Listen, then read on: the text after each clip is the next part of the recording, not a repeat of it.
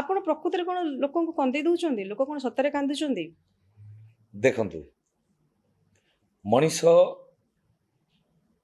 ଜନ୍ମ ମୃତ୍ୟୁ ଏନ୍ତୁଡ଼ିନିଆ ଜୁଇନିଆ, ତ ଏନ୍ତୁଡ଼ିନିଆରୁ ଆରମ୍ଭ, ଜୁଇନିଆରେ ଶେଷ। ତା ଭିତର ଯୋଉ କାହାଣୀ, ତା ଭିତରେ ହସ ଅଛି, କାନ୍ଦ ଅଛି, ଦୁଃଖ ଅଛି, ମାନବିମାନ ଅଛି, ରାଗ ବି ଅଛି।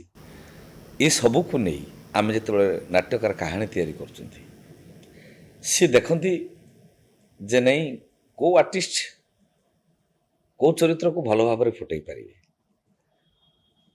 1994 ମସିହାରୁ ମୁଁ ଏଣ୍ଟ୍ରି କରିଥିଲି ଯାତ୍ରାକୁ, ପ୍ରଫେସନ୍ ଲାଇନ୍କୁ, ଜଗଦ୍ଧାତ୍ରୀ ଗଣନାଟ୍ୟ। ତା ଆଗରୁ ବହୁତ ଡ୍ରାମା ଫ୍ରାମା କରିଛି। ଆମ ଉତ୍ତର ବାଲେଶ୍ୱର ପାର୍ଟି, ଛୋଟ ପାର୍ଟିରେ ବି ଅଭିନୟ କରିଛି। ମୋ ବାପାଙ୍କର ସ୍ୱର୍ଗତ ଶ୍ରୀହରିଚରଣ ଦାସ, ସିଏ ବି ଜଣେ ଭଲ ପାଲା ଗାୟକ ଥିଲେ। ଆଉ ଏବଂ ଜଣେ ଓସ୍ତାଦ ସେତେବେଳେ କହୁଥାନ୍ତି, ନୃତ୍ୟ ନାଟିକା ଯେଉଁ ଥାଏ, ମାନେ ନାଟକ ହେବା ପୂର୍ବରୁ ନୃତ୍ୟ ନାଟିକା, ସେଥିରେ ବି ଅଭିନୟ କରିଛି। ବାପାଙ୍କ ନୃତ୍ୟ ନାଟିକାରୁ ମୋର ପ୍ରଥମ ଆରମ୍ଭ।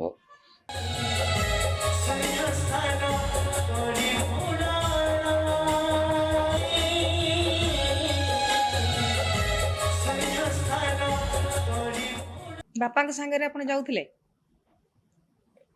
ହଁ, ବାପା ଯେତେବେଳେ ପାଲା ଗାଉଥିଲେ ମୁଁ ଯାଇଛି, 8-10 ଥର ଯାଇଛି ତାଙ୍କ ସାଙ୍ଗରେ, ବାପାଙ୍କ ସାଙ୍ଗରେ। ଆଉ ସେଠୁ ମୋର ଜୀବନ ଶୈଳୀ ଆରମ୍ଭ। ଏବଂ ରାଇଟର ଡିରେକ୍ଟର ମାନେ ଦେଖନ୍ତି ନାଇଁ ଗୌର ଦାସକୁ ଯୋଉ ଚରିତ୍ର ଦେଲେ ବି ସେ ନିଖୁଣ ଭାବରେ ଫୁଟେଇବେ। ଆଉ ପ୍ରାୟତଃ ଦର୍ଶକ ସମସ୍ତେ ଦେଖନ୍ତି ନାଇଁ ଗୌର ଦାସ ଟିକେ କାନ୍ଦିଲେ ଆମେ କାନ୍ଦିବା।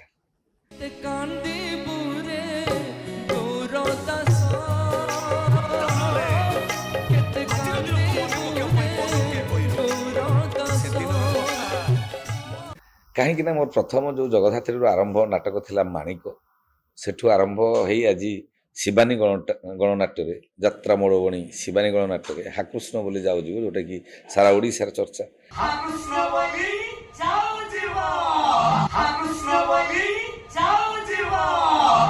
ଆଜି ପର୍ଯ୍ୟନ୍ତ ବିଭିନ୍ନ ପ୍ରକାର ଚରିତ୍ର କରିଛି, କିନ୍ତୁ ଲୋକେ ସକାଳେ ମତେ କହିବେ ନାଇଁ ଗୌରବ ଭାଇ ଆମେ ଆସିଥିଲୁ ଟିକେ ଆପଣ କାନ୍ଦିବେ, ଆଉ କାନ୍ଦିଲେ ଆମେ ଟିକେ କାନ୍ଦିବି। ନାଇଁ, ଦର୍ଶକ ବି କାନ୍ଦିଛନ୍ତି।